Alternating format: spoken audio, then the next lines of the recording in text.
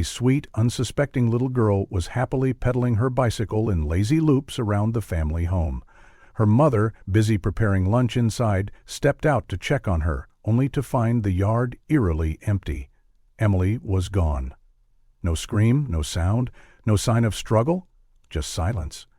12 years passed with no answers, but during the renovation of an old garage, construction workers stumbled upon a chilling discovery beneath layers of concrete. What they uncovered would send shockwaves through the town of Cedar Brook Hollow, a place where children weren't supposed to vanish. Nestled deep in the misty forests of the Pacific Northwest, this quiet town had always taken pride in its safety and tight-knit community. Every detail of Cedar Brook Hollow exuded a sense of tranquility. The narrow roads snaked their way through dense evergreens, and mist would often blanket the town each morning, rolling in soft waves through the trees like something out of a dream. Locals had grown used to the way the fog wrapped around the rooftops and dampened the sounds of everyday life. It was the kind of place where time seemed to slow down, where strangers offered friendly nods, and families gathered on porches to enjoy the peaceful hush before the day began. Over the past 10 years, the town had expanded slightly, not enough to change its character, but enough to notice. A few new homes, tastefully built to blend with their surroundings, dotted the town's borders. More significantly, a rising number of old cottages had been transformed into cozy Airbnb rentals.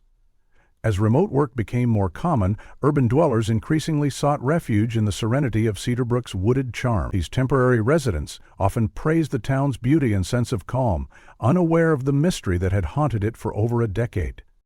On an unseasonably warm afternoon in late May, Laura Forrester pulled into her gravel driveway at exactly 3:17 p.m., just like she did nearly every weekday. Her daily routine hadn't changed in years. At 40, Laura had developed a quiet precision in the way she lived. Her hair, once a golden hue reminiscent of her daughter's, was now streaked with silver. She no longer bothered to dye. Time had etched deeper lines around her eyes, each one a quiet testament to sleepless nights and silent mornings. After switching off the engine of her aging sedan, she leaned over to collect her work belongings, her pastry kit and her checkered uniform. Laura had been working as a pastry chef at the Morning Roost for nearly a decade. Each day began before sunrise as she arrived at the cafe to begin mixing, shaping, and baking pastries that would be sold fresh by mid-morning. The work was physical and demanding, but the routine was comforting. It gave her structure, something to fill the spaces left behind. Stepping into her home, Laura placed her pastry kit on the kitchen counter and draped her flour-smudged apron over the back of a chair. The house greeted her with the same unyielding silence it always did. Even after all these years, it still felt incomplete. There was an emptiness in its walls, an absence that could not be filled, no matter how many pies she baked or how many shelves she dusted. 12 years ago, she had been a mother. She still was, in the way that grief doesn't ask permission to linger. Emily had been 8 years old when she disappeared during summer break. That morning had seemed so ordinary. Laura remembered being in the kitchen, slicing tomatoes for sandwiches. She had assumed Emily was in the yard, her laughter usually echoing through the open windows. But after a while, she realized it had grown too quiet. She called out. Once, then twice. Nothing. Panic began to creep in. She checked the backyard, then the front. When she found no trace of her daughter, her heart sank. She ran to the neighbors' houses, knocking, pleading. No one had seen her. By that evening, the town was out with flashlights, scouring every wooded trail and creek bed. In the weeks that followed, the weight of uncertainty grew unbearable. The home became a shrine to memories. Drawings taped to the fridge, toys left untouched in the corner of her bedroom, a bicycle left behind in the garage. Laura's husband, once her anchor, began to crumble under the strain. He blamed her for not being more vigilant, for letting Emily play alone. Their conversations turned to arguments, and 6 months later, he packed his bags and moved to Seattle. Divorce soon followed. Laura remained, living in a house full of memories that never faded, no matter how many years passed. That afternoon, as she prepared to head upstairs for a shower, her phone rang. The caller ID made her pause. Detective Dean Harland. A name she hadn't seen in years, but one she could never forget. Dean had been the lead investigator in Emily's case. In the beginning, he had called every day. His voice had been a small comfort in the chaos. But as time passed and no leads emerged, the calls slowed, then stopped. For years now, Laura had been the one reaching out, hoping for anything new. The response was always the same: no updates. Her hand trembled slightly as she answered. "Miss Forrester," came the familiar voice, deeper now, more measured. "Good afternoon." "Detective Harland?" she replied cautiously. "Is everything all right?" There was a pause. "Something's come up. Something related to your daughter's case. I'd like to talk to you in person if that's okay." Laura felt the air catch in her throat. Her grip tightened around the phone. "Yes, of course. Please come. I'll be there in 15 minutes." The moment she hung up, Laura's calm unraveled.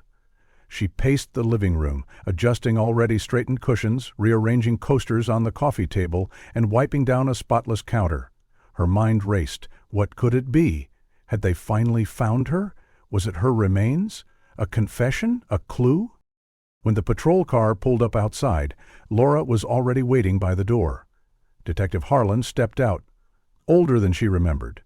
His once dark hair now showed streaks of gray, and the confident posture of his younger years had given way to the slight stoop of a man worn down by time. "Miss Forrester," he said, his tone gentle. "Please, call me Laura," she replied, as she always did. "Laura," he nodded. "Thanks for seeing me so quickly." "Of course, come in." But he didn't step forward. Instead, he paused at the foot of the porch. "Actually, I think it's best if you come with me. We've discovered something significant." Her breath hitched. "What is it?" "We believe we've found Emily's bicycle." The words seemed to echo. Laura felt her knees weaken slightly. "Where?" she asked, her voice shaking. "At an Airbnb property nearby," he said. "It would be best if you came with me to confirm whether it's hers. The forensic team is still on site." Without hesitation, Laura grabbed her purse and followed him. As the car pulled out of the driveway and turned down Oak Ridge Road, a route Laura knew all too well, she felt an eerie chill spread through her chest. The answer she'd waited years for might finally be waiting just ahead. "I pass this house every single day," Laura murmured, the words escaping her lips in a soft breath, almost too quiet for anyone else to hear. Her eyes were locked on the cedar-paneled home before her, its exterior unremarkable in every way, except for what now lay beneath it. "I drive down this road every morning on my way to work. I must have gone by here 1,000 times." Detective Dean Harland, sitting beside her in the front seat of the patrol car, gave her a look of quiet compassion as he shifted into park. "We'll get to the bottom of this, Laura," he said, his voice steady. "We'll figure out what happened. I promise." The property was a flurry of coordinated urgency. Several officers moved about the front yard and driveway, some in conversation, others taking photographs and logging evidence. Yellow crime scene tape flapped gently in the breeze, forming a barrier around the detached garage. Inside that zone, white-suited forensic investigators were crouched and focused, their every movement deliberate, precise. As Harland guided Laura toward the garage, a man in a bright orange construction vest intercepted them. "Detective," the man said, his voice clipped but respectful. "We've finished documenting the bike's initial position." "Thank you, Johnson," Harland replied, then turned to Laura. "Ms. Forrester, this is Ryan Johnson. He's the renovation foreman who discovered the bicycle." Ryan Johnson gave Laura a sympathetic nod.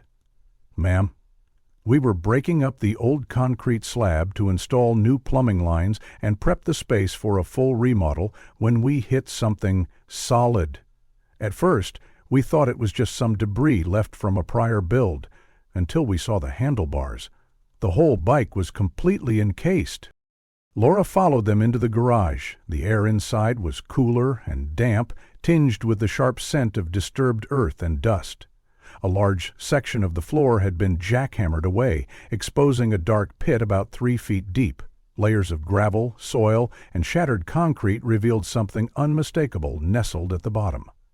A small, pink bicycle, dulled and rust-streaked with time. A cracked plastic basket hung from the front, and its once bright white frame was now stained with years of grime and decay.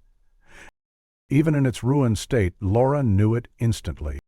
"That's hers," she whispered, her throat tightening. "That's Emily's bike." Drawn forward by a force beyond understanding, she stepped closer to the edge of the pit. Her eyes welled as she stared at the object that had once brought her daughter so much joy. The bike was old, broken, and buried, but the memories it stirred were painfully vivid. She could almost see Emily riding in wide circles down their driveway, ribbons streaming from the handlebars. Giggling as she rode with one hand. "Are you certain?" Harland asked gently, standing beside her. Laura nodded, her gaze fixed. "The streamers," she said, pointing with a trembling hand. "Pink and purple. Emily adored those. She used to say they made her bike look like a unicorn. She never let anyone take them off." Her voice cracked and she covered her mouth with her hand, a sob escaping before she could stop it. Ryan Johnson, the foreman, stepped forward, his voice low. "The way the bike was buried? This wasn't an accident. Someone placed it there on purpose. It was deliberately hidden. It was meant to stay down there, out of sight." Laura turned sharply, her heart suddenly pounding again. "Was there—" She couldn't finish the sentence. The words lodged in her throat, a cold fear wrapping around her chest. Harland placed a hand gently on her shoulder. "No human remains were found, Laura. Just the bicycle." She exhaled, the relief washing over her, colliding with a fresh wave of grief. "Thank you," she said, though she wasn't quite sure who she was speaking to. "We'll be extracting the bike carefully," Harland continued. "The forensic team will examine it for fingerprints, fibers, DNA, anything we can find. But after 12 years, buried like this?" His voice trailed off. Laura didn't need him to finish the thought. Still, she held on to a flicker of hope. Anything was better than the void of silence she'd endured for over a decade. "Have you spoken to the property owner?" she asked. Harland shook his head. "Not yet. The house is usually managed by a caretaker named Ernest Mallory. One of my officers went to bring him in for questioning. We also pulled the contact info for the last guests who stayed here. They checked out just yesterday and live in Seattle. We're reaching out." Laura nodded slowly, her eyes still fixed on the sunken bike. She knelt down and took out her phone, snapping a few photos from a distance. She was careful not to get too close to the evidence, but she needed something tangible, something she could look at when the emptiness threatened to swallow her again. "We'll treat this with absolute care," said one of the forensic techs, a woman in her 30s with warm brown eyes. She had noticed Laura watching their every movement. "Every thread, every fiber. We know how important this is." Just then, the sound of tires crunching over gravel drew their attention. Another police cruiser had pulled into the driveway. Through the open garage door, Laura saw 2 uniformed officers leading a man toward the house. He was tall, in his late 50s, with thinning gray hair and the kind of lined face that told of long hours in the sun. His posture was slightly hunched, and he moved as if trying to occupy as little space as possible. "That's Ernest Mallory," Harland said quietly. "Let's see what he knows." They exited the garage and approached the patrol car. Ernest stood with his arms loosely at his sides, his eyes flicking nervously between the detective and Laura. Up close, he looked even more weathered. Deep creases framed his mouth and eyes, and he appeared both bewildered and anxious. "Mr. Mallory," Harland began in his calm but firm voice. "I'm Detective Dean Harland with the Cedarbrook Police Department. I'm leading the investigation into the Emily Forrester case. This is Laura Forrester, Emily's mother." Ernest gave a curt nod, his eyes darting away quickly. "They said I needed to come, wouldn't tell me much, just that something had been found." "A child's bicycle was discovered buried under the concrete in the garage," Harland said. "We've confirmed it belonged to Emily, who disappeared 12 years ago." Ernest's mouth dropped open slightly. "A bicycle? Under the floor?" His voice cracked with disbelief. I didn't know anything about that. I swear. I'm just the caretaker. I handle bookings, maintenance, and yard work.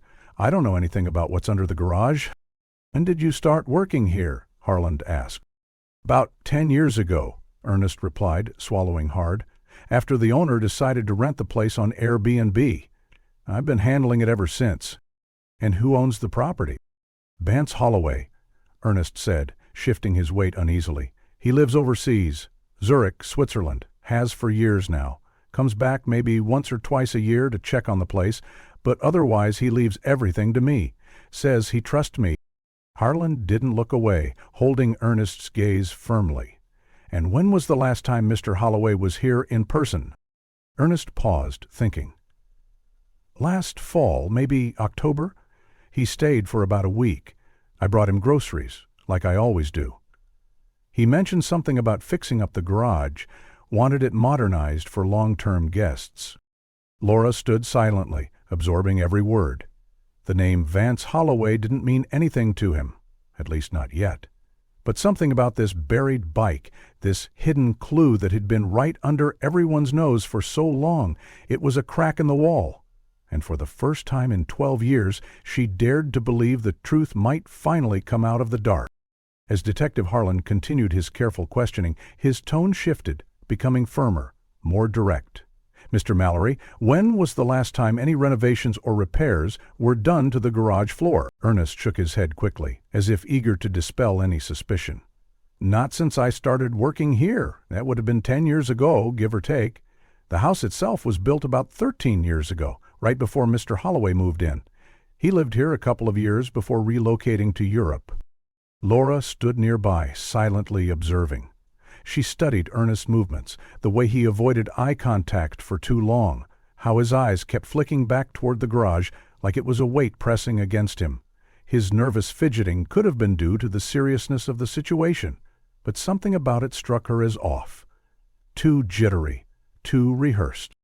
Detective Harlan didn't miss the subtle signs either. His voice dropped lower, taking on a sharper edge. "Mr. Mallory, I'm going to be direct with you. At this moment, the only individuals with consistent long-term access to the property are you and the owner, Mr. Holloway. For a guest to remove a concrete slab, bury a child's bicycle beneath it, and cover it up again without being noticed would be not only difficult, but nearly impossible. That narrows the possibilities." Ernest's face turned a deep shade of red. "You think I had something to do with this?" he stammered. "I wouldn't. I've worked here for years, taken care of this place like it was my own. I'm a caretaker, not a criminal. I don't know anything about any missing girl or her bike." One of the uniformed officers stepped forward. "We'll need the guest registry, the full list of everyone who's stayed here since the property was listed as a rental." Ernest nodded hastily. "Yes, of course. I can provide all of that. This house is one of the most popular in the area. Some folks stayed for a weekend, others for months. We've even had a few long-term guests who rented it out for over a year, especially once remote work took off." Detective Harlan narrowed his eyes. "Are you suggesting that one of those guests might have buried the bike?" "I'm not suggesting anything," Ernest said quickly, holding his hands up. "I'm just saying I don't know how it got there. Maybe it was put there before I even started working here. For all I know, it could have happened during construction." Another officer, tablet in hand, had been quietly verifying property records in the background. Now he looked up. "According to the county's records, the house was built in 2010. Emily Forrester disappeared in the summer of 2011. "There you go," Ernest said, almost too quickly. "The bike must have been buried during the initial construction, before I ever came on board. I didn't even know Mr. Holloway back then." Detective Harlan's face remained unreadable. "We'll need to speak to Mr. Holloway, directly, as soon as possible. In the meantime, Mr. Mallory, I'd like you to stay local. We may have more questions, and your cooperation will be important." Ernest nodded eagerly, perhaps too eagerly. "Absolutely, Detective. I'll stay right here. I want to help however I can. You'll have everything you need." Laura said nothing, still haunted by the image of Emily's bicycle nestled in that dusty pit.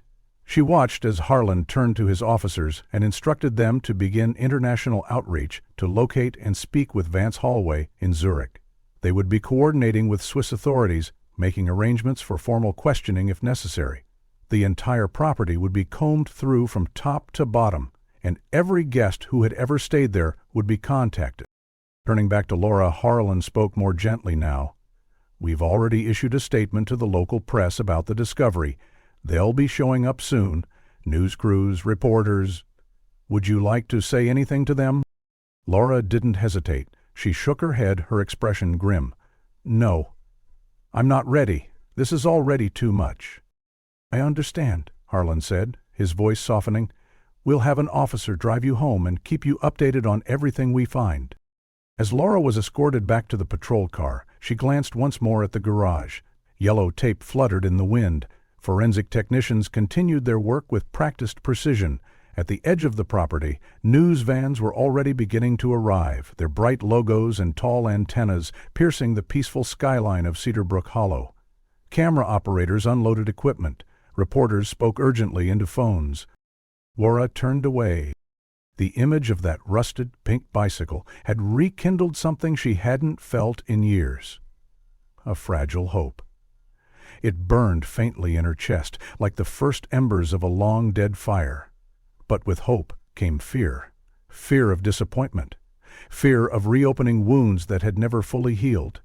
And worst of all, fear that the truth might not be enough.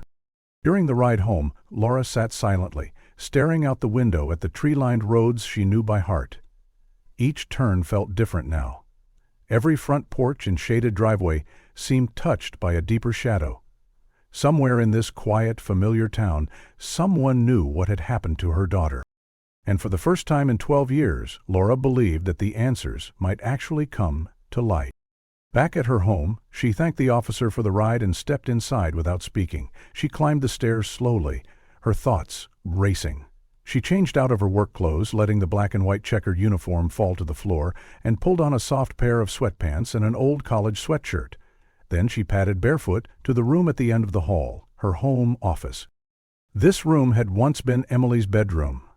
Years ago, when Laura could no longer bear to pass by the untouched toys and books gathering dust, she'd packed everything away. She'd painted over the cheerful yellow walls with a neutral beige and turned the space into a workspace. Still, she couldn't bring herself to erase everything. A few of Emily's crayon drawings remained, now framed and hung neatly on the wall: a sun with a smiling face, a house with lopsided trees, and a mother and daughter holding hands. Laura sat at her desk and opened her laptop. She navigated to the online forum that had become a quiet sanctuary for her over the years, the Missing Children's Support Community. The group had offered solace during her darkest moments, connecting her with others who carried the same unbearable weight. Her fingers hovered over the keyboard for a moment before she began typing. Subject: After 12 years, an update.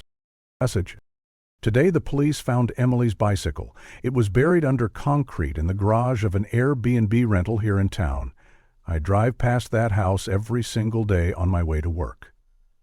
The investigation is active again, and while I'm feeling overwhelmed, I wanted to let you all know. This might be the break we've been waiting for. She attached one of the photos she had taken earlier. Emily's bike, covered in dust and grime, but still unmistakably hers. She hit post.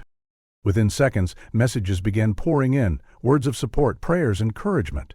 Laura scrolled through them, tears welling as strangers who understood her pain reached out with warmth and understanding. Then, a private message notification popped up. Curious, she clicked on it, assuming it was from a moderator or a longtime member. But what she saw made her pause. She expected a comforting message, perhaps from someone on the forum she'd grown close to over the years, a parent like her, a voice of solidarity. Instead, what appeared on the screen made her gasp, her breath catching in her throat. It was a photo she recognized immediately, one she herself had uploaded to the support forum years ago. It was of Emily, grinning brightly as she rode her pink bicycle down their driveway, golden hair bouncing, streamers fluttering from the handlebars. But this version had been grotesquely altered. Emily's smiling face had been replaced by the severed head of a pig, digitally inserted with crude, jagged strokes. The result was a horrific parody of her beloved daughter. "Oh my God!" Laura whispered, a hand flying to her mouth. Her heart pounded, and a sickening wave of dread passed through her. She hadn't even processed the full shock when her eyes dropped to what was beneath the image. A short video clip. Her fingers, trembling violently, hovered over the play button. Against her better judgment, she clicked. The video was grainy and shaky, shot in poor lighting, but it was unmistakably disturbing. It showed a butcher's table, rough, wooden, stained. On it lay what appeared to be a pig's head. A pair of gloved hands entered the frame, holding a cleaver. Without hesitation, the figure began hacking at the head with sickening force, the wet thuds accompanied by faint, muffled sounds in the background, possibly classical music or a distant radio. Once decapitated, the head was wrapped tightly in clear plastic. The camera zoomed in close, lingering. Overlaying the final frame was a message, typed in bold, white text. "Your daughter's as dead as this pig. Accept it and move on." Laura barely made it to the bathroom before she vomited. She dropped to her knees and clutched the cold rim of the toilet bowl, retching violently until her stomach was empty and her body trembled from the shock. When she finally slumped against the tiled wall, her skin was clammy, her breath ragged. It took nearly 10 minutes before she gathered the strength to return to her office. Her legs felt like lead and her hands wouldn't stop shaking, but she knew what she had to do. With grim resolve, she reopened her laptop and took screenshots of the horrifying message, the altered photo, and the video. Every frame, every word, she documented it all. Then she typed a reply to the anonymous sender. "Who are you?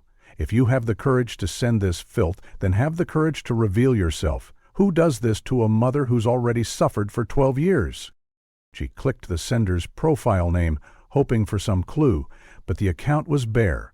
Completely private, with no posts, no followers, no following. It was clearly created solely to deliver this act of cruelty. Laura stood and began pacing her office, her mind racing. She knew she needed to report this immediately, but first, she forced herself to rewatch the video, this time with intention. She paused, frame by frame, looking past the horror and focusing on the environment. The table appeared to be outdoors or perhaps in an open garage or shed. In the background, partially visible through what looked like a window, was a tree, a conifer of some kind. Laura stared at it, trying to place it. It wasn't one of the tall pines native to Cedarbrook Hollow. It looked different, almost foreign. She uploaded the image and video to the forum, sharing a detailed account of what had happened and asking the community for help. Maybe someone could recognize something. Maybe someone had seen a tree like that, or the butcher's block, or the gloves. She posted it with a caption. He received this moments after sharing the bicycle discovery. "Please help identify anything you can." As she was finishing the post, her phone rang. The screen lit up with a name she now associated with both dread and hope. "Detective Harlan," she answered quickly. "I just saw what you sent," he said without greeting, his voice brisk. "When did you receive it?" "Just now," she replied, doing her best to keep her voice level. "It came in as a private message on the support forum minutes after I posted the update about the bicycle." "We've got our cyber team looking into it already," he said. "We're trying to trace the source of the video, see if we can pinpoint an origin IP address. One thing stood out to me right away. The trees in the video. They don't look like anything native to this region. They resemble alpine evergreens, more common in Central Europe." Laura felt a jolt of clarity. Switzerland. The owner lives in Zurich. "It's a possibility," Harlan said cautiously. "We can't confirm anything yet, but the timing is suspicious. Ernest Mallory knew we were contacting Mr. Holloway today. It's possible word got to him and he reacted. Or it could be someone completely unrelated," Laura added. "A troll, someone who saw the news and decided to be cruel." "That's also on the table," Harlan agreed. "We're looking at every possibility." "Has anything else been found at the house?" she asked. "We completed a top-to-bottom search of the property earlier this evening," he said. "No human remains, no signs of foul play beyond the bike. That's actually good news. We're still processing the scene, but at this point, the bicycle remains our only concrete link." "What about the guests? Anyone stand out?" "We're still sifting through rental records. It's a long list. We're prioritizing guests who stayed for long periods, particularly anyone here around the time of Emily's disappearance. Unfortunately, Airbnb's record retention isn't always consistent, but we're making progress." He paused, then added, "Our forensic team completed their preliminary analysis of the bicycle. And there's no recoverable DNA, no fingerprints. The moisture and pressure from the concrete wiped out almost everything. I'm sorry." Laura closed her eyes. The disappointment was like a fresh wound. "So, we're back to square one?" "Not at all," Harlan said firmly. "Finding the bike is a breakthrough. It proves someone with access to that house was involved. That narrows our list drastically. This isn't a cold case anymore." After they ended the call, Laura returned to her forum. Her post had already generated dozens of responses. Members were analyzing every frame, debating the type of tree, the lighting, and the gloves. Some suggested the video had been AI-generated, its elements digitally composed to create maximum psychological damage. Others noted inconsistencies, angles that didn't quite line up, reflections that seemed odd. Laura responded to each message with gratitude. Their support grounded her. For the first time in years, she felt like she wasn't fighting alone. A strange sense of resilience had begun to build within Laura. It was subtle, fragile, but there nonetheless. She felt a little stronger, a little more capable of confronting whatever this reopened investigation might bring. Yet beneath this newfound steadiness, a current of dread still pulsed quietly. Someone out there clearly didn't want her to keep looking for Emily. Someone had gone to elaborate, disturbing lengths to convince her that her daughter was gone, and not just gone, dead, and meant to be forgotten. And worst of all, that someone may have been watching her for years. The thought made her skin crawl. What if they'd been lurking in the background all along, waiting, monitoring, observing from afar until she finally dared to hope again, only to strike and crush that hope in a single horrifying blow? The rest of the day unraveled in a haze. Laura remained glued to the online forum, clinging to the only source of comfort she had in the storm, the community that had lifted her up for over a decade. Messages poured in, technical analysis, supportive comments, and theories. One user who worked in video authentication posted a detailed breakdown. The lighting is inconsistent between frames. There's shadowing where there shouldn't be, and a strange shimmering effect around the pig's head. It strongly suggests digital compositing. Another member, a visual effects artist, chimed in. "This isn't raw video, it's a hybrid. I'd bet it's real butchery footage layered with AI-generated elements to simulate a specific setting. Someone wanted this to look personal."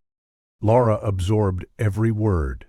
Fixating on the mechanics helped her cope. It was easier to focus on frame rates and artifacting than to dwell on the gruesome image or what it implied. She preferred analysis to agony. When she finally checked the time, it was nearly midnight. The forum's dim interface cast a soft blue light across her weary face. She logged out slowly, typing one last message. "Thank you all. I'll share any updates as soon as I have them." She shut down the computer, her mind still humming. Though exhausted, she knew sleep would be a distant dream tonight. Her brain was too noisy, filled with overlapping thoughts and unanswered questions. Still, she forced herself to go through her usual bedtime routine.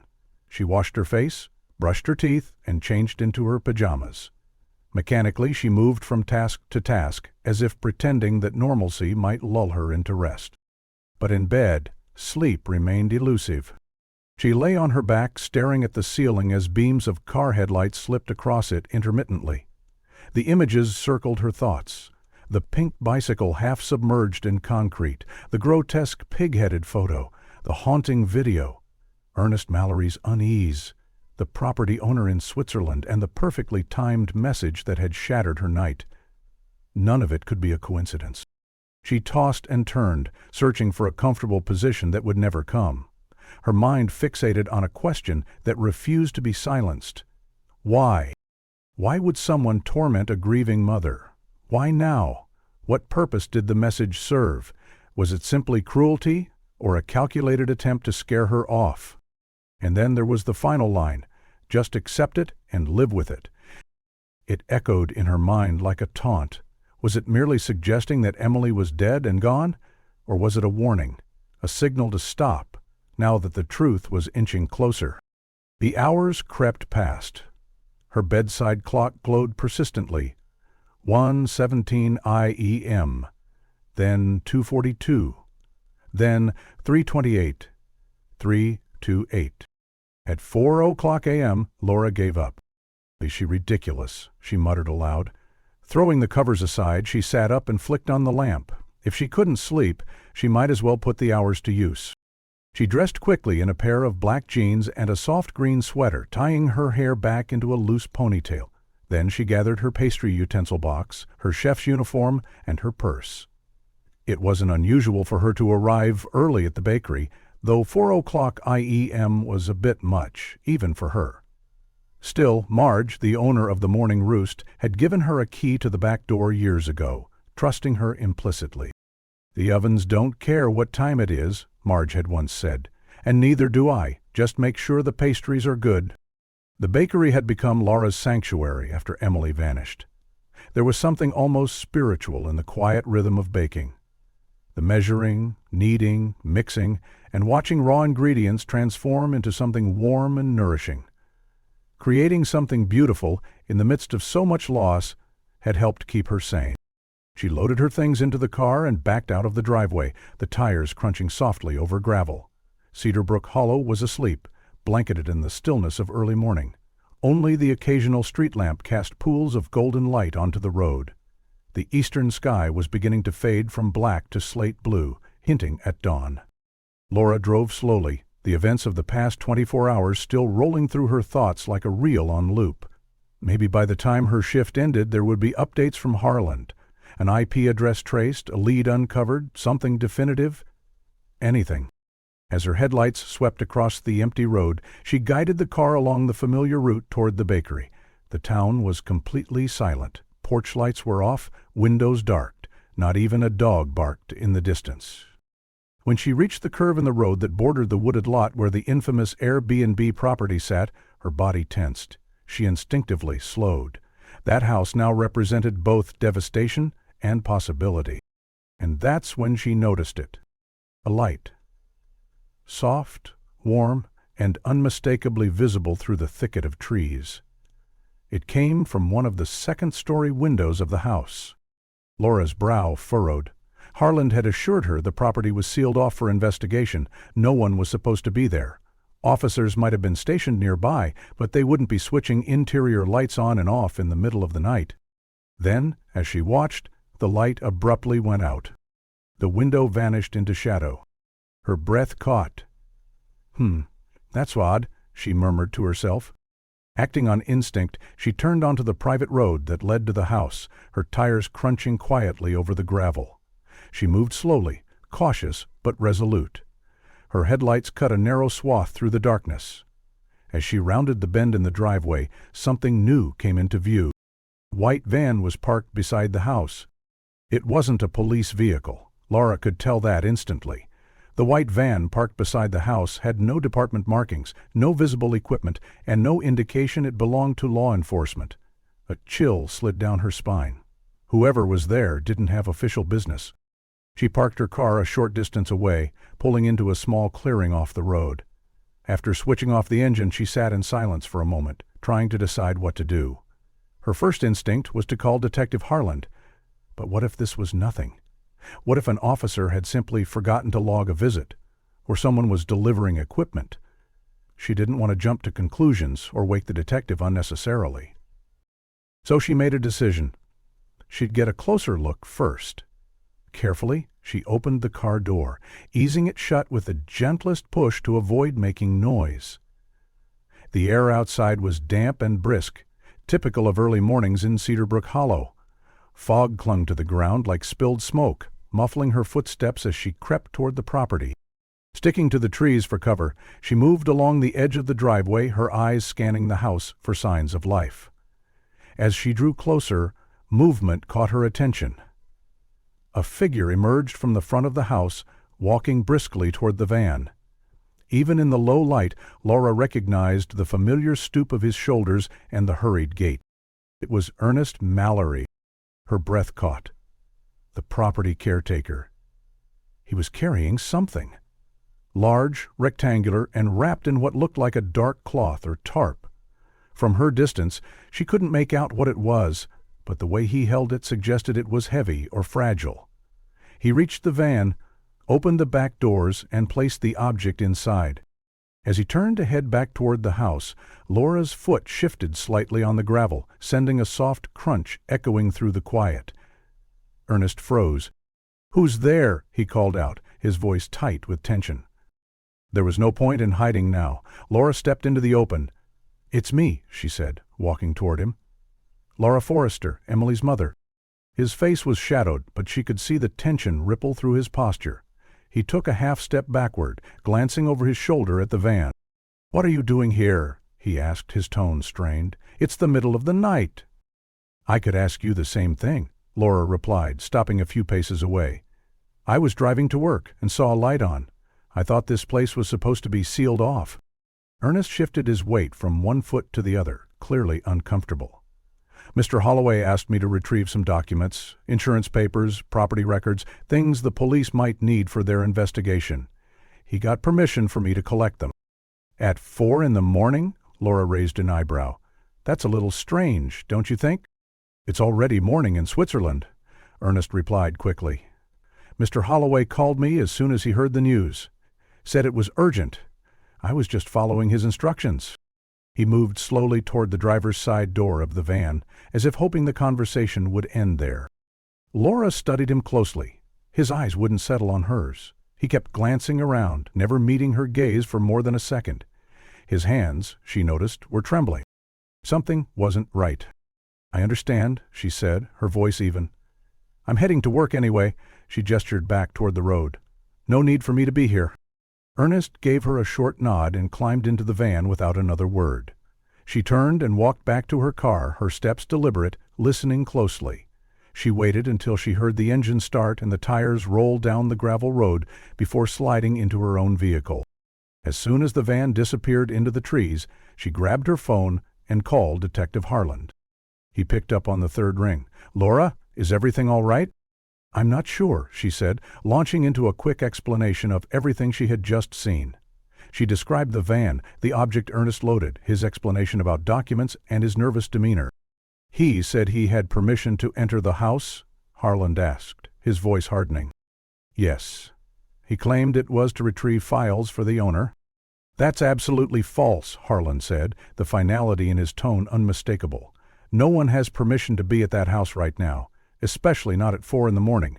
Whatever Ernest was doing, he wasn't authorized." A chill ran through Laura. "Do you want me to follow him?" "Absolutely not," Harland said firmly. "He could be unpredictable. Stay where you are. I'm dispatching officers to your location now, and we'll put out an alert to intercept his vehicle." "I'm not at the house anymore," Laura explained. "I got back on the main road. He went west on Cedar Ridge." "Stay put or return home," Harland ordered. "We'll find him. Don't take any chances." She agreed and ended the call, but her hands stayed tightly clenched around the steering wheel. What had Ernest been removing? What was so important that he needed to do it under the cover of darkness before police could discover it? And then, like a bolt of lightning, the realization hit her. He was hiding evidence. Evidence that could link him to Emily's disappearance. Laura sat motionless for a moment, the weight of the thought settling heavily on her chest. Then, against everything she'd just promised Harland, she shifted the gear into drive. She wasn't going to confront Ernest. She just needed to know where he was going. And besides, this road would eventually take her to the morning roost. She could justify the detour if needed. As she continued west on Cedar Ridge Road, her eyes scanned the winding route ahead. The road twisted through dense woodland, flanked on both sides by towering firs. The trees formed a thick, impenetrable wall. There were no houses here, no street lights, just darkness and the occasional glint of dew on the leaves. Laura kept a safe distance, her headlights cutting only a modest path through the murky gloom. She wasn't trying to catch him, just follow from afar. Still, her heart pounded with each passing mile. Laura kept her distance, careful not to let the white van get too far ahead, but equally determined not to be noticed. Her goal wasn't to confront Ernest, at least not yet. She only wanted to know where he was going, and more importantly, what he was doing with whatever he had removed from the house in such haste and secrecy.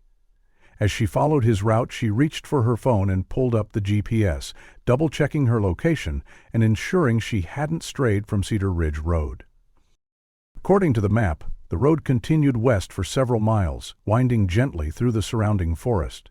It eventually connected with Hillside Avenue, which looped back toward town on the western edge, not far from where the Morning Roost was located. That fact brought her a strange comfort. She wasn't venturing completely off course, at least not yet. If this little pursuit didn't last too long, she could still make it to work and carry on like it was a normal day. The pre-dawn light was slowly gathering on the horizon, casting a pale silver sheen over the landscape. She'd been driving for about 10 minutes when a sliver of doubt crept in. Had she missed a turn? Had Ernest taken a side road without her noticing? She was just beginning to consider turning around when something caught her eye. Up ahead, just off the shoulder, a white van was parked, partially obscured by trees. Laura's heart skipped. She immediately eased off the gas and slowed to a crawl, eventually pulling over and parking much farther back than the van, far enough that she would remain out of sight. She turned off her headlights and sat in silence, trying to determine her next move.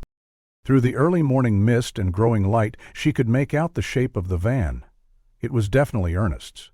But what was he doing here, pulled over in the woods? She rolled down her window, hoping to catch any sound that might give her a clue. As the glass lowered, a smell hit her. Not the earthy scent of damp forest, but something harsh, acrid. Smoke mixed with the chemical tang of something artificial. It wasn't the comforting scent of a campfire. It was something more sinister. Squinting through the trees, Laura saw a thin ribbon of black smoke curling upward from the forest behind the van. He was burning something. A pit formed in her stomach. Her fingers hovered over her phone. Should she call Harland? But what would she tell him? That Ernest had pulled off the road and was lighting a fire? That didn't sound like much, and by the time the police arrived, he might be long gone. Just as she was debating, a movement caught her eye. Ernest emerged from the woods, his figure made ghostly by the smoke and dim light. He was dragging something. Round, metallic, heavy. It was a burn barrel. Laura recognized it instantly, the kind used for controlled burns of yard waste and brush, but there was nothing routine about this scene. Ernest looked over his shoulder repeatedly, his entire posture anxious, as if he expected someone to burst from the woods and catch him. He loaded the barrel into the back of his van, slamming the doors shut with a sense of finality. Then he climbed into the driver's seat and turned on the engine. Laura shrank lower in her seat, holding her breath. Thankfully, she was far enough away and hidden well enough that Ernest didn't seem to spot her.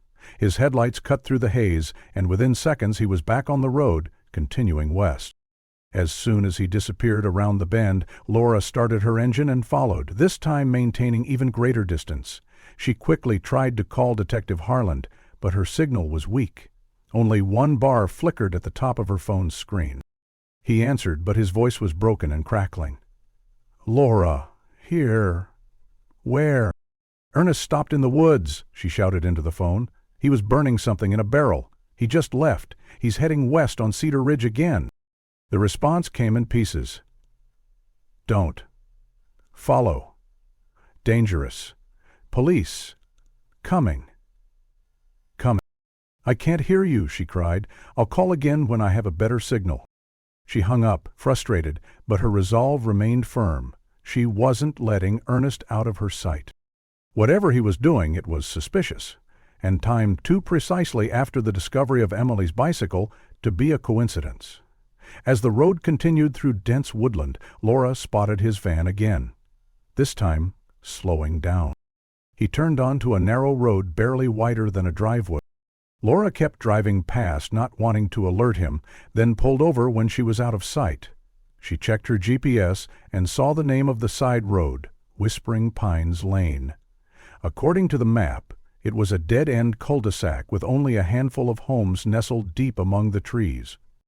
This had to be where Ernest lived.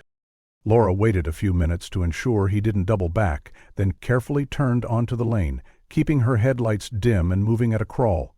Trees on either side offered excellent cover, and she used them to her advantage. After about a quarter-mile, the woods opened up into a clearing. Several houses stood spaced far apart, their lights still off, their driveways empty. She spotted the white van parked in front of a single-story house with faded blue siding and an overgrown front yard. She killed her engine and parked at the edge of the woods, where her car would be least visible, then lifted her phone and zoomed in with the camera. Ernest had just unloaded the burn barrel and was wheeling it around the side of the house.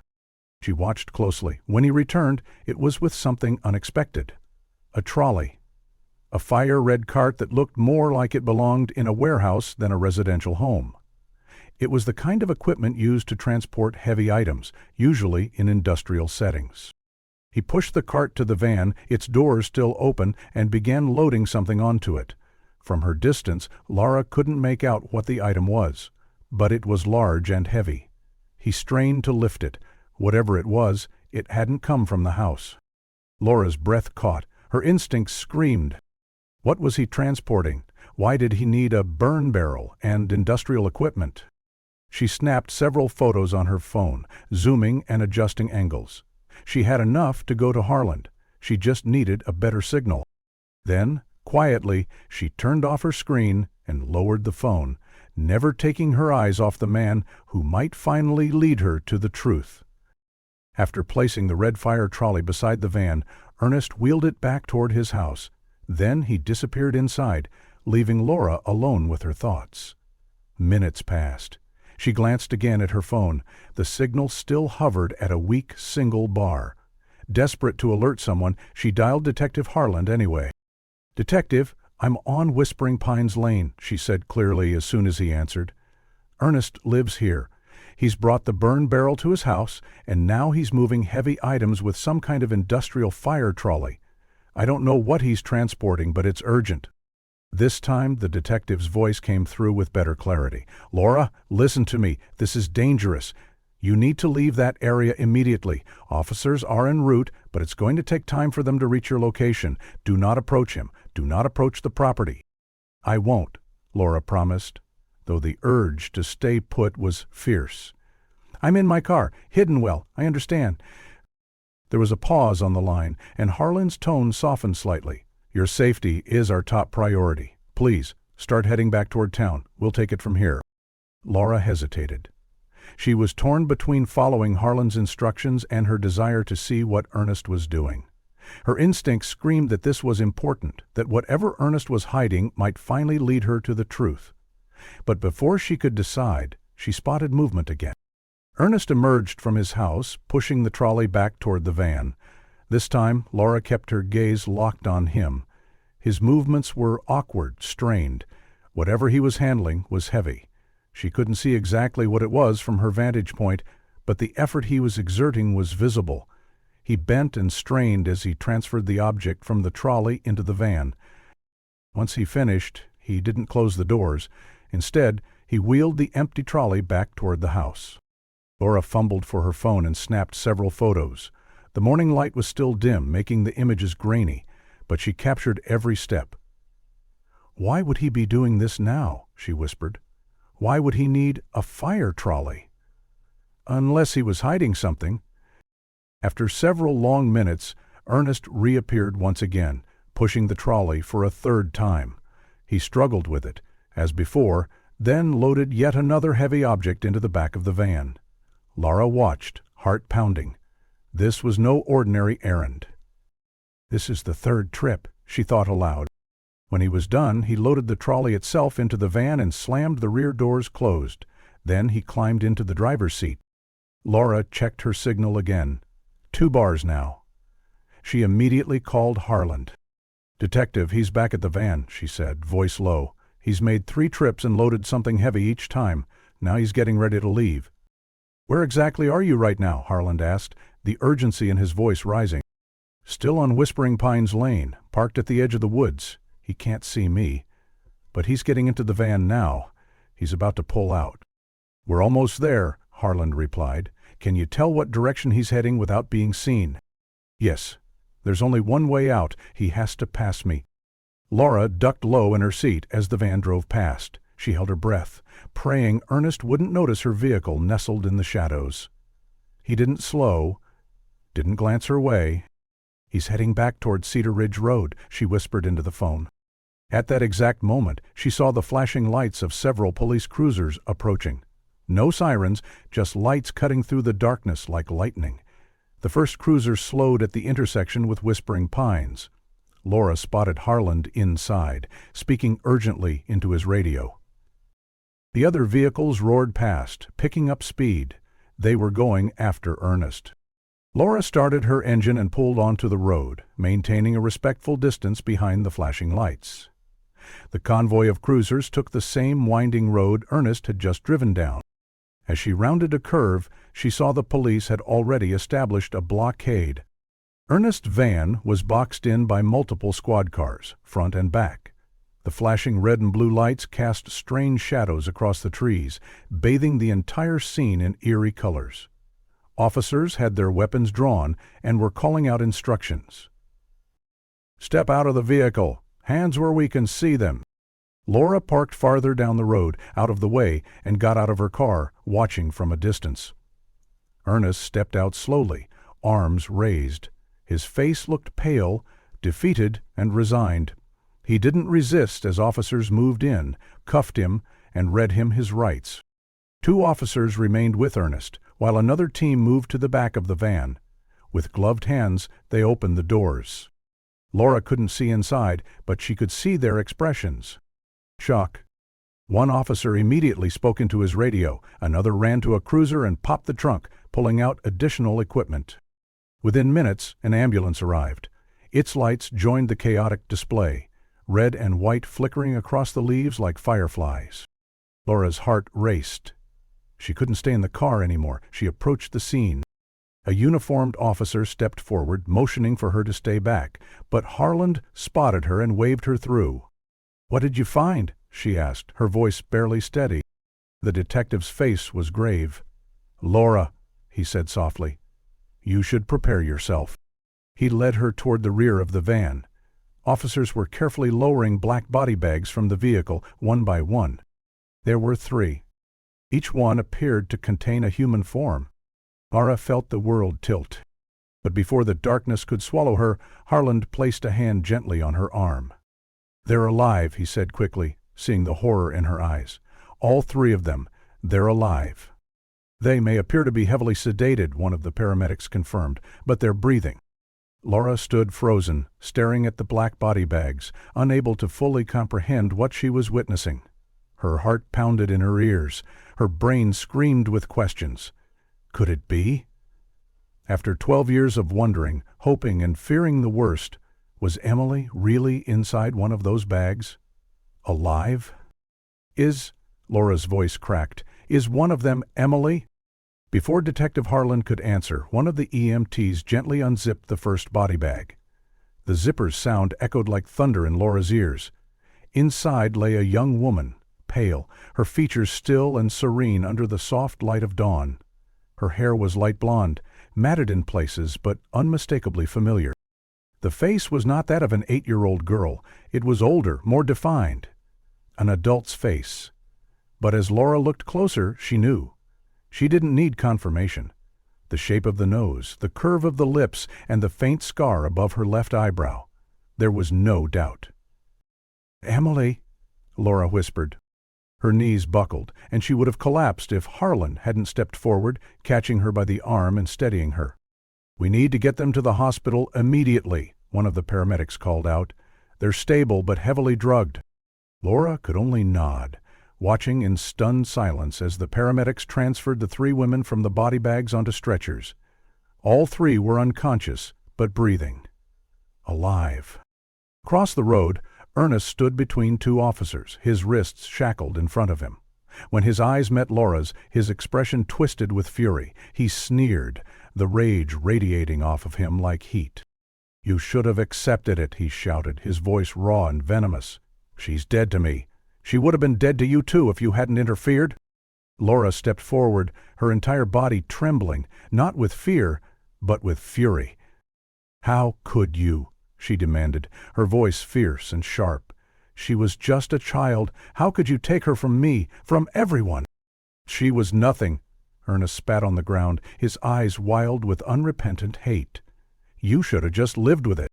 "That's enough," Detective Harlan barked, signaling the officers. "Take him." They moved quickly, escorting Ernest to the nearest cruiser and placing him inside. His shouting continued for a moment, muffled by the car door as it slammed shut behind him. "I recognize that phrase," Laura said, her voice trembling now with emotion. "The message, the one with the pig's head in the video. It said, "Your daughter's as dead as this pig. Just accept it and live with it." That was him. He sent it. "We'll add cyber harassment and psychological intimidation to the list of charges," Harland said. "But first, our priority is getting those women immediate medical care." He turned to her, gentler now. "Would you like to ride with Emily?" Laura nodded, unable to speak through the lump in her throat. Harland led her to the ambulance where Emily had been secured on a stretcher. Laura climbed in and sat beside her daughter, gently taking her hand in her own. It felt different. Larger, older. The fingers were longer, the nails neatly trimmed. This wasn't the small hand that used to clutch hers while crossing the street or reach for cookies on the kitchen counter. This was the hand of a grown woman, a survivor. "I'm here, Emily," Laura whispered, voice thick with emotion. "I never stopped looking. I never gave up on you." The ambulance doors closed. The sirens wailed as the vehicle pulled out, racing toward Cedar Brook Memorial. Laura remained at Emily's side, holding her hand like it was the only thing anchoring her to the world. The city was just waking up as they drove. Streets were still quiet, the sky tinged with pink and lavender. Laura watched her daughter's face the entire time. The soft cheeks of childhood were gone, replaced with maturity and quiet resilience, even in unconsciousness. Yet her breathing was steady, and the paramedic monitoring her vitals offered reassurance. "How long will she be unconscious?" Laura asked. "Hard to say without knowing what drugs were used," the paramedic replied. "But judging by her response to stimuli, I'd expect her to start coming around in a few hours. She's strong." When they arrived at the hospital, a team of medical professionals was waiting at the emergency entrance. The back doors of the ambulance swung open, and Emily was wheeled swiftly inside. Laura followed, never letting go of her daughter's hand. "We're taking her to Trauma Room 2, a nurse said. "The others are being taken to Rooms 1 and 3. All 3 will be monitored closely." Laura stood just outside the trauma room as doctors and nurses moved efficiently around Emily, checking her vitals, hooking her up to monitors, and preparing blood work. A paramedic gave a full report, including everything that had happened in the field and the current condition of all 3 girls. Eventually, a nurse stepped out and gently touched Laura's arm. "Miss Forrester," she said, "Detective Harland would like to speak with you." She nodded and followed the nurse down a quiet hallway to a private waiting room. Harland was already there, seated at a small table. He stood when she entered. "How is she?" he asked, concern evident in his eyes. "Stable," Laura answered, collapsing into the chair across from him. "Still unconscious, they're running tests now." Harland exhaled slowly and gave her a small nod. "We've got officers stationed outside each of the rooms. The women are safe now." "Do you know who the other 2 girls are?" "We believe so," he said. Ernest kept journals, handwritten records, very detailed. Alongside those, we found missing persons reports that matched the other 2 victims. They're believed to be Kayla Bennett and Juliana Ramirez. Laura's breath caught. "Oh my God." Kayla disappeared from Portland 11 years ago. She was 9 at the time. Juliana vanished during a school field trip in Seattle 13 years ago, also at age 9. Laura closed her eyes for a moment, overcome by the weight of it all. She thought of the family of the mothers who had lived through the same grief, the same unanswered questions. Their lives, like hers, were about to be changed forever.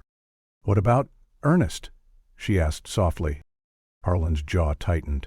So far, he hasn't said much beyond his outburst at the scene, but given what we've uncovered, he's looking at a long list of charges: kidnapping, unlawful imprisonment, abuse, and likely attempted murder. The evidence is strong. He leaned forward, his voice grave. "We still don't know why he did it, but we're going to find out.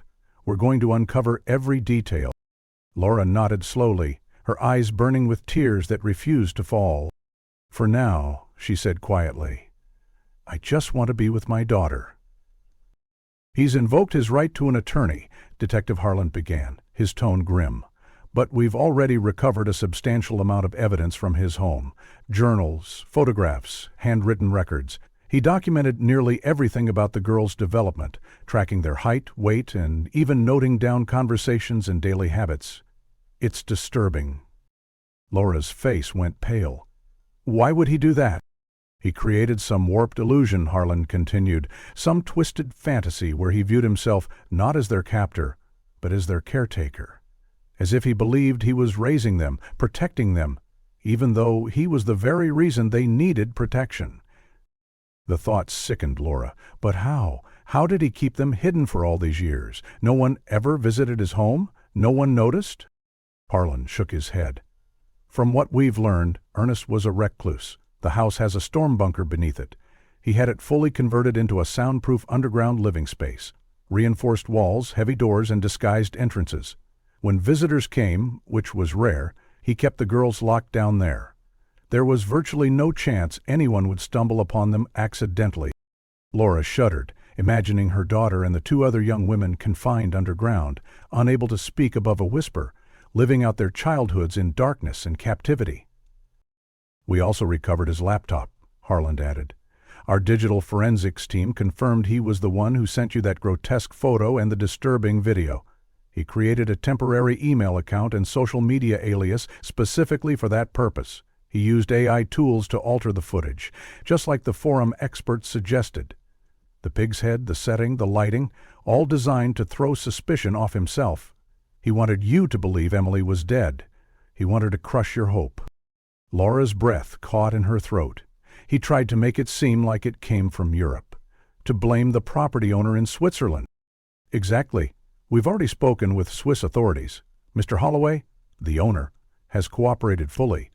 He confirmed authorizing the garage renovation, but denies any knowledge of what Ernest was doing.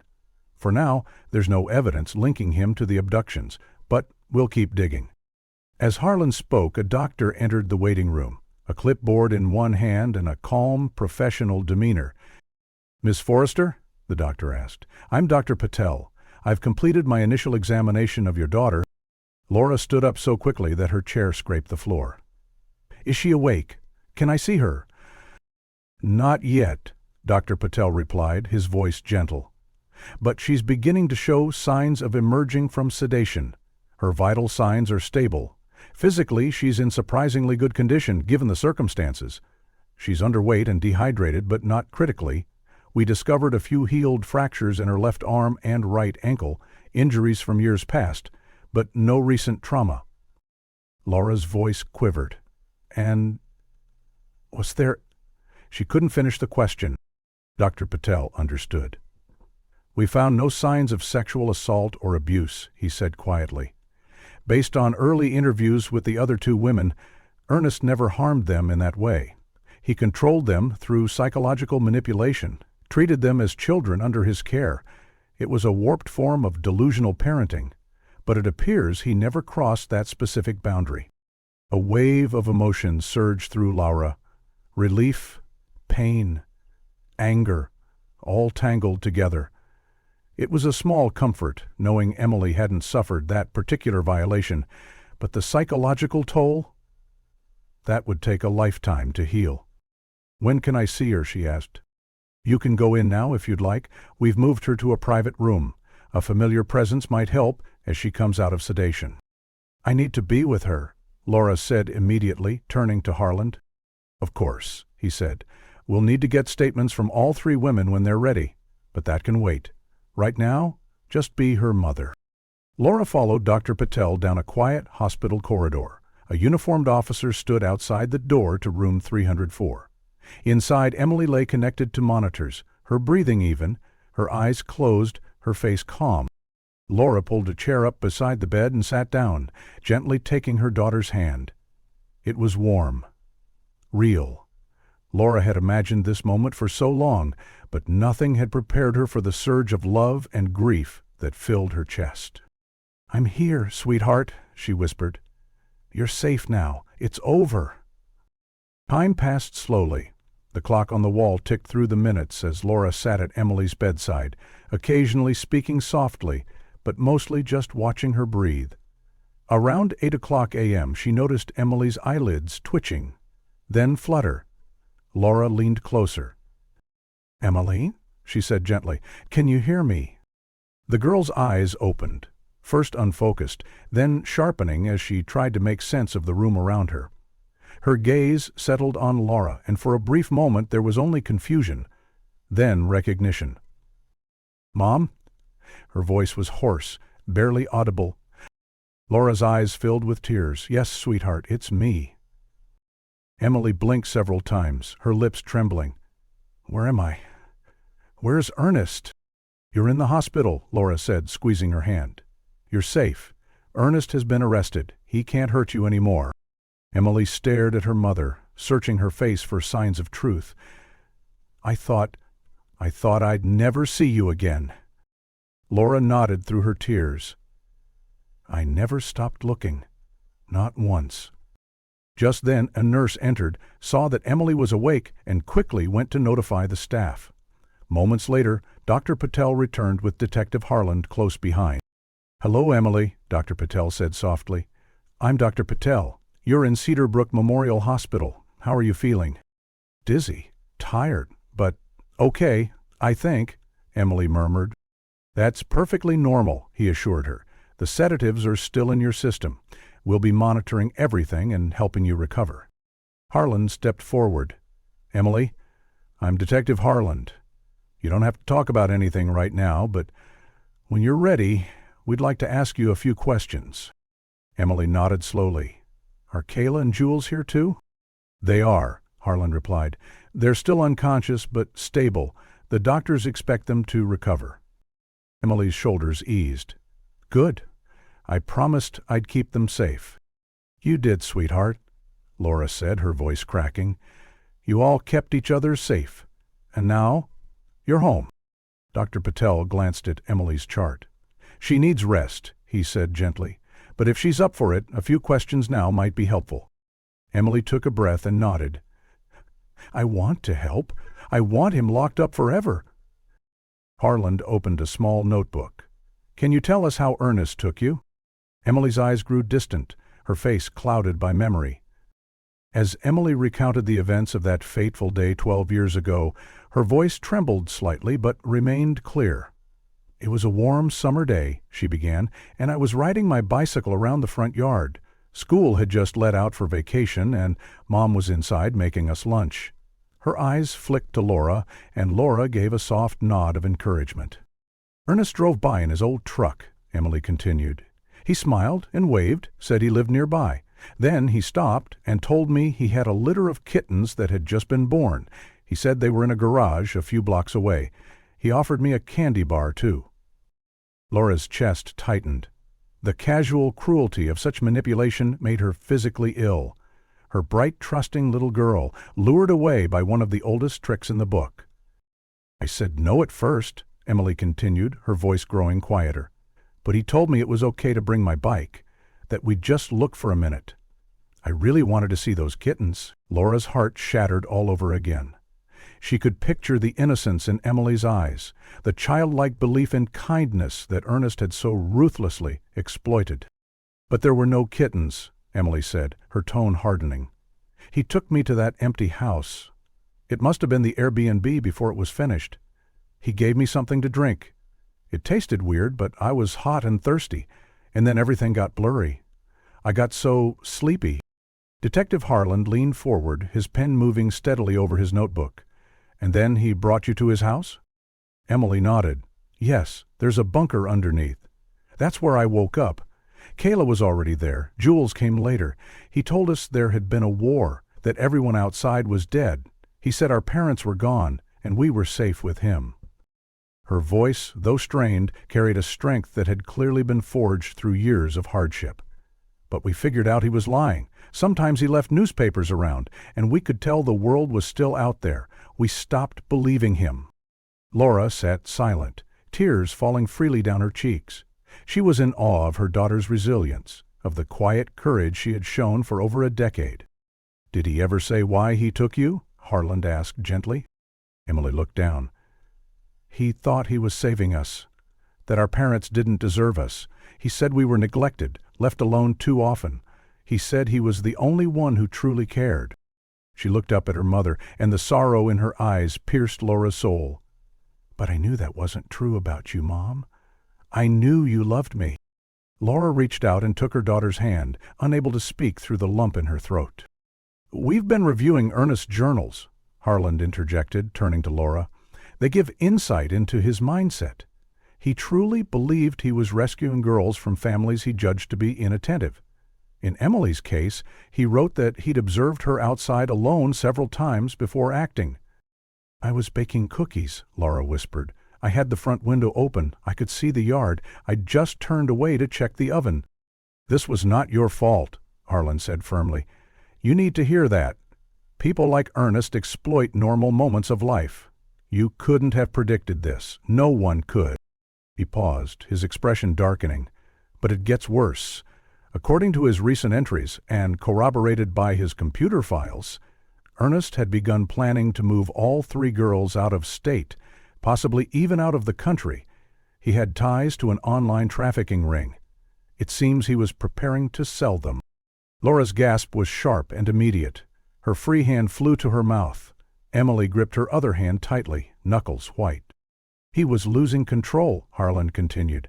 "The girls were growing older, asking more questions, resisting more. He knew it couldn't last forever. He was planning to drug them, transport them. Within days—" He let the words hang there, the gravity of the close call speaking louder than anything else. Laura felt a wave of nausea. "If I hadn't gone to work early, if I hadn't seen the lights—" Emily was pale but nodded. "You saved us, Mom. You really saved us," Harland added. "Thanks to Emily's information and the evidence recovered from Ernest's home, we're working with international agencies to trace the trafficking network. This case could help bring down others like him." Emily straightened slightly, her resolve shining through the exhaustion. "Good. I want to help. I want him and people like him gone. Forever." Laura couldn't believe the strength in her daughter's eyes. The same fierce spirit she had seen in her as a child was still there, stronger than ever. "There's one more thing," Harlan said, glancing at his notes. "Mr. Holloway, the property owner, had no knowledge of what Ernest was doing, but we did confirm Ernest was involved in the home's original construction. He helped design the garage layout. That's how he managed to bury the bike before the concrete was poured. He knew exactly what he was doing." "So he planned everything," Laura murmured, "even back then." "He did," Harlan confirmed. "But it's over now." After a few more questions, Dr. Patel returned and gently suggested that Emily sit. Harlan nodded in agreement and stood to leave. "Thank you, Emily. You've done more than you know." As the door clicked shut behind him, Laura remained by her daughter's bedside. She brushed a strand of hair from Emily's forehead. "Sleep now, sweetheart," she whispered. "I'm right here. I'm not going anywhere." Emily's eyelids drooped, and her breathing evened out. "Don't leave me," she mumbled, her voice barely audible. "Never again," Laura promised. She settled into the chair, fingers entwined with her daughter's, holding tightly to the miracle she had thought lost forever. The road ahead would be long and filled with challenges, therapies, legal battles, rebuilding a life, but they would face it together. After 12 years of darkness, the light had found them again. It hadn't simply been the unearthing of a rusted pink bicycle that had led Emily back to where she belonged. That buried relic was only the trigger, not the true reason behind her return. What truly brought Emily home was far more powerful. It was a mother's unshakable refusal to stop searching, no matter how hopeless the years had seemed. It was a detective's unwavering commitment to a case long considered cold by others. It was a daughter's fierce will to survive against unimaginable odds, and the resilience of her spirit that refused to be broken even in captivity. It was also the sum of 1,000 seemingly insignificant choices. A sleepless night, a decision to head to work early, and the subconscious pull that led Laura to glance toward a house she passed every day without a second thought.